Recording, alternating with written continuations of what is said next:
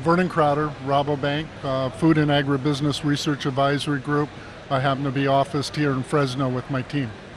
Vernon, here at the World Ag Expo in Tulare this week, a huge crowd in the dairy barn. What are you guys doing here mainly? Obviously, you're a big partner to a lot of these folks in the valley. Rabobank has a long history in food and agriculture, and we started up this individual bank in addition to what we do with larger corporate clients more than 10 years ago. And we like being here at the farm show. It's a place where people come throughout the world, but also a lot of our clients here in California. And this is a place for us to meet and greet our clients and maybe even have some fun. You know, we hear farmers occasionally from era to era, depending upon the stresses in the market and the volatility that's going on, saying, well, sometimes the banks come and go, but it's become a very competitive industry in agriculture. Give us kind of an overview of the way you see things in terms of the competition for agricultural business these days. Well, my history is from one of those other major banks, and I would describe some of the other major banks as being transactional, sometimes hot and cold. Rabobank is a co-op, by nature, and their roots are in agriculture in Europe back in the late 1880s, 1890s. So when they expanded internationally in the 70s, they made a commitment to do it in food and agriculture. And I would say they're a long-term player.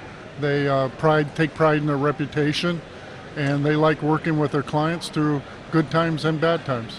You know, it's interesting you bring that up. Yesterday, visiting a local dairyman here in the valley, he talked about how he and his brother expanded into a small dairy, and grew it up and fixed it up. And right when they were making their major investments in the dairy, the bottom fell out in the recession of 2008 and 2009, and he couldn't say enough good about you because he said y'all were a great partner in that whole process. No, those were very difficult times, and frankly, some of the other major banks made it easy for us to pick who we already knew was going to be competitive and survive. When he started talking about the 6 figures monthly that was in the red ink, that's got to take some real belief on the part of the financier to stay with that month after month and year after year in times like that. Agriculture can be volatile. We know there can be ups and downs, and that's the key, is to know who has the resilience and who has the business savvy that's going to be competitive and survive those down times. You look at some of these new innovations. This fellow had a solar operation on his farm, and again, the crunching of the numbers, he had a lot of people after him, but I guess it sounded like y'all really participate in the business planning and R&D development of operations like that. We take pride in new technology, and one of the things that we do focus on is renewables, and the solar thing has been very good for our customers, and we feel it's consistent with our community-minded philosophy as well. What do you see coming in the future? What kinds of ideas or technologies? You got some things on the drawing board at Rabobank that farmers might need to know about, they might not be aware of yet? Well, there's things that we pay attention to, a lot of different things depending upon the sector, but I'll give you an example. We probably will be putting out a report in the next month or two that's going to talk about weather trends in the Midwest. And we're looking at the research that indicates that things come in cycles, and we might see more volatility in the next 20 years.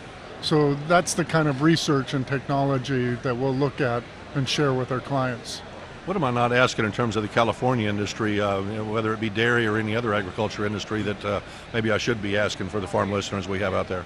Well, the real key in California right now is everybody's talking about water. And we just came off a good storm, but frankly, it's the first good storm of our entire season. We probably need 5 more of them to be able to even get up to normal, and that still might leave us in a drought.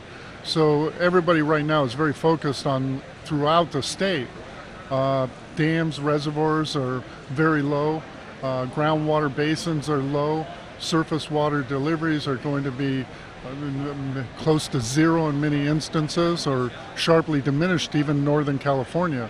So right now everybody's focus is drought. This is the 3rd year. We'll get by this year.